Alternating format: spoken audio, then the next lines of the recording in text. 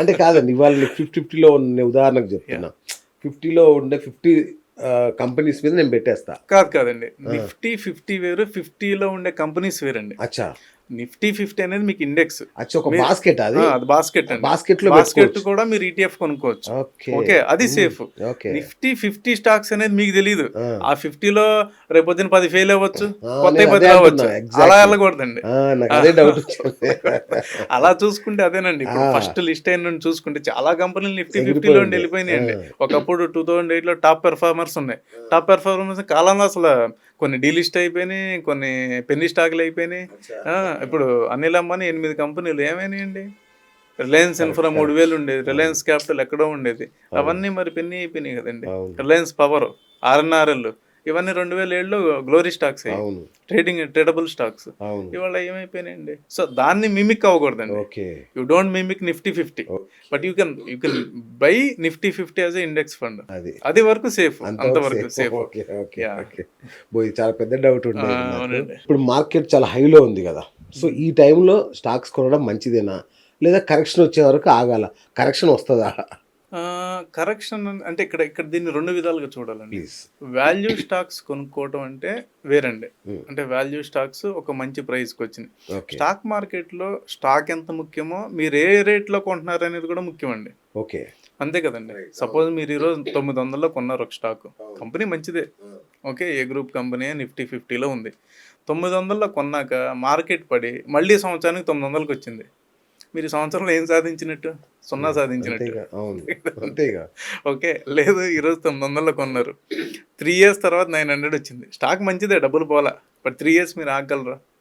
So ఆగలేరు కదండి. So ఇక్కడ return కూడా ఇంపార్టెంట్. ఇంకోటి ఏంటంటే నిఫ్టీ ఆల్ టైమ్ హై వెళ్ళటము, కిందకి రావడం అనేది వాళ్ళు కామన్ అయిపోయింది. ఒకప్పుడు ఆల్ టైమ్ హై అంటే దానికి చాలా పెద్ద విశేషం. ఫస్ట్ పేజ్ లో వచ్చేది తపాసులు పేల్చేవాళ్ళు, సీట్లు పెంచేవాళ్ళు. అవును, నిజమే. ఇప్పుడు పెద్దగా స్టేటస్ లో కూడా రావట్లేదు అది. సో అది కామన్ అయిపోయిందండి. కాకపోతే ఏంటంటే మనం నిఫ్టీ 50 ఇలా ఆల్ టైమ్ హై అవుతున్నప్పుడు స్పెసిఫిక్ స్టాక్స్లో ఉండాలండి. ఓకే, అంటే ఏ సెక్టార్ పర్టికులర్గా ఇప్పుడు బూమింగ్లో ఉంది, ఏ సెక్టార్లో మనకి వాల్యుయేషన్ కనపడుతుంది. ఒకటి మంచి స్టాక్స్ మంచి ప్రైస్కి వచ్చింది, అవి పట్టుకోవచ్చు, నెంబర్ 1 ఇక్కడ. లేదా మంచి గ్రోత్ ఉన్న స్టాక్స్ని పట్టుకోవచ్చు.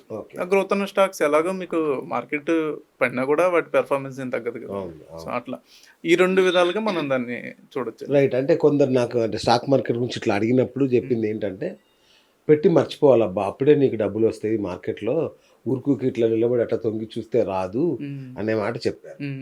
కరెక్టేనా అది? అంటే పెట్టి మర్చిపోవటం అనేది ఒకటండి సైకాలజీ, కానీ ఎందులో పెడుతున్నాం అదే చూసుకోవాలి. అట్లా ఎందుకంటేనండి ఇప్పుడు మీకు సెక్టార్ రొటేషన్ అనేది జరుగుతూ ఉంటుందండి. అవును, ఏ సెక్టార్ ఇప్పుడు బాగుంది అనేది కూడా చూసుకోవాలండి. ఒకప్పుడు ట్రెడిషనల్ సెక్టార్స్ ఉండే, ఇప్పుడు కొత్త టెక్నాలజీస్ వచ్చేసినాయి. డ్రోన్స్ అని, అలాగే ఏఐకి సంబంధించి, డేటాకి సంబంధించి, క్లౌడ్కి సంబంధించి, సైబర్ సెక్యూరిటీకి సంబంధించి, అలాగే ఇంపోర్ట్ ఎక్స్పోర్ట్కి సంబంధించి ఇప్పుడు మన గవర్నమెంట్ కూడా చాలా MOUs చేసుకుంటుంది బయట. సో ఇవి చూసుకుంటూ ఉండటం మంచిదండి. ఇప్పుడున్న టైంలో ఏంటంటే ఎస్ మనం ప్రిపేర్ అవ్వాలి మెంటల్గా, లాంగ్ టర్మ్ పెట్టాలని. కానీ ఏ స్టాకులు కూడా మనం పెడతాం అనేది ఇంపార్టెంట్. ఇప్పుడు కొన్ని సందర్భాల్లో మీరు సిక్లికల్ సెక్టార్స్ పెట్టి మర్చిపోయారు అనుకోండి, 10 ఏళ్ల తర్వాత కూడా రిటర్న్ అదే ఉంటుంది. స్టీల్ కంపెనీస్ పెట్టారు, స్టీల్ కంపెనీస్ 8-9 సంవత్సరాలు పెర్ఫార్మెన్స్ ఉన్నా మీరు పెట్టిపోయి 8 ఏళ్ల తర్వాత మర్చిపోయి మళ్ళీ చూసుకుంటే అక్కడే ఉంటుంది. నేను ఎక్కడ ఉన్నానంటే ట్రెడ్మిల్ మీదే ఉంటాం. ట్రెడ్మిల్ మీద వాకింగ్ చేస్తే ఎక్కడికి వెళ్తాం? ఎక్కడికి వెళ్ళమండి, అక్కడే ఉంటాం. అలసిపోతాం, చెమటలు పడితే ఏదో చేసాం అనుకుంటాం, డెస్టినేషన్ అయితే వెళ్ళం కదండి. సో స్టాక్ పెట్టేటప్పుడు కూడా సిక్లికల్ సెక్టార్లో పెడుతున్నామా, గ్రోత్ సెక్టార్లో పెడుతున్నామా, అది ఇంపార్టెంట్ అండి. సో అది పెట్టి ఎస్ మీరు అన్నది exactly correct. Mind set first prepare అవ్వాలి, మనం లాంగ్ టర్మ్కి అయితే పెట్టాలి.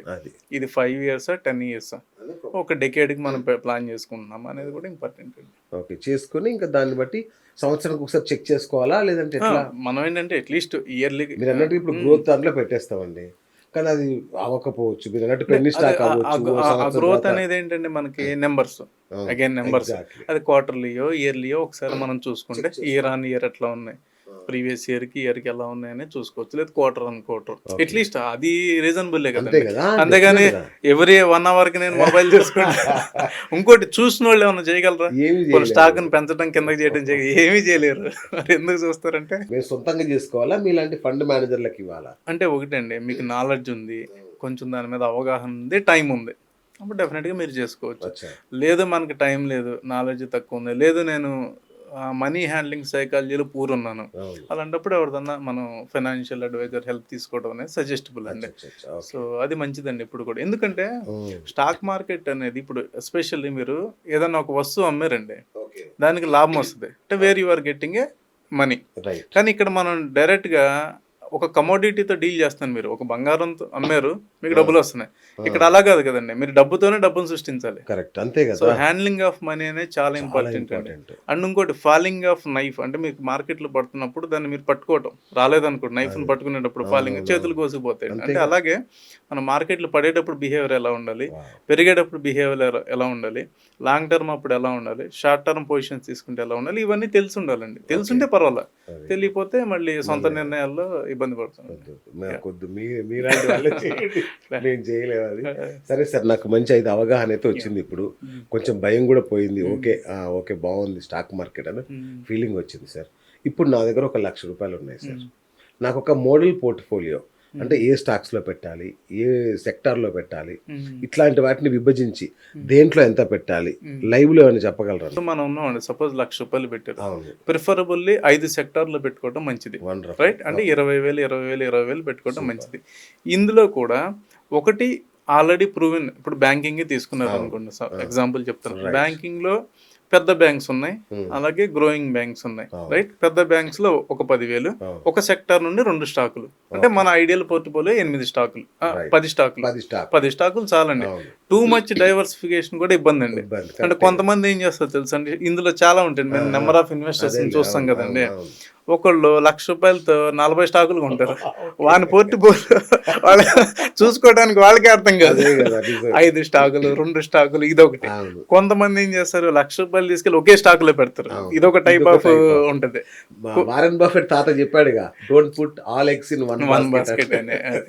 అంటే సో ఇలా ఎక్స్ట్రీమ్స్ ఉంటాయండి. ఎక్స్ట్రీమ్కి పోకుండా ఒక ఐడియల్ పోర్ట్ఫోలియో బిల్డ్ చేసుకుంటే మనకి మానిటరింగ్ ఈజీ. అంటే ఇప్పుడు సెక్టర్ ఉందండి, ఎందుకు నేను సెక్టర్ అంటే సపోజ్ ఆటోమొబైల్ సెక్టర్ నేను పెట్టాను, బ్యాంకింగ్ సెక్టర్ ఉంది, తర్వాత టెక్నాలజీకి సంబంధించి సెక్టర్ ఉంది, లైఫ్ సైన్సెస్, ఫార్మా సెక్టర్ ఉంది.